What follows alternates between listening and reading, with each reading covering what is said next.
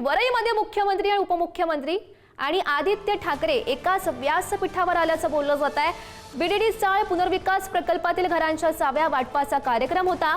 कार्यक्रमाला स्थानिक आमदार आदित्य ठाकरे यांना सुद्धा निमंत्रण देण्यात आलंय। आदित्य ठाकरे यांना कार्यक्रमात भाषणाची संधी मात्र नाहीये। भाषणाची संधी डावलल्यानं राजकारण तापण्याची सुद्धा शक्यता वर्तवण्यात येते।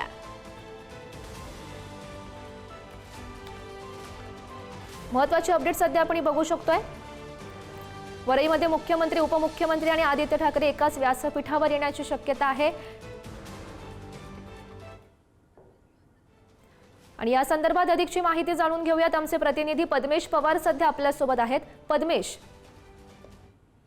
नक्कीच आपण जर पाहिलं 14 ऑगस्टला म्हाडाचा एक कार्यक्रम असणार आहे, त्यामध्ये देवेंद्र फडणवीस आणि एकनाथ शिंदे आणि आदित्य ठाकरे एकाच मंचावर येण्याची शक्यता आहे। आपण जर पाहिलं तर बीडीडी चाळीचा जो पुनर्विकास झाला होता त्याच्या ज्या चाव्या वाटपाचा कार्यक्रम आहे तो उद्या माटुंगा येथे करण्यात येणार आहे आणि या स्टेजवरती राज्याचे मुख्यमंत्री त्याचबरोबर शिंदे म्हणजे उपमुख्यमंत्री शिंदे आणि त्याचबरोबर आदित्य ठाकरे एकाच मंचावर असणार आहे। पण जी आपण जर निमंत्रण पत्रिका जर पाहिली त्याच्यामध्ये आदित्य ठाकरे यांच्या भाषणाचा कोणीच उल्लेख केला नाहीये, त्यामुळे कुठेतरी राजकारण देखील होऊ शकतं आणि श्रेयवादाची लढाई देखील होऊ शकते। कारण महाविकास आघाडीच्या काळामध्ये जेव्हा आदित्य ठाकरे हे आता सध्या स्थानिक आमदार आहेत, आदित्य ठाकरे यांनी अनेक वेळा याचा पाठपुरावा केला होता आणि त्याचबरोबर मुख्यमंत्र्यांनी देखील या संदर्भातचा बीडीडी चाळी संदर्भातचा जो पाठपुरावा तो केला होता। त्यामुळे आता श्रेयवादाची लढाई देखील आपल्याला पाहायला मिळेल। त्याशिवाय जे स्थानिक आमदार आहेत आदित्य ठाकरे यांना आदित्य ठाकरे या कार्यक्रमाला उपस्थित राहतात का हे बघणं महत्त्वाचं ठरेल। धन्यवाद दिलेल्या सविस्तर माहितीसाठी।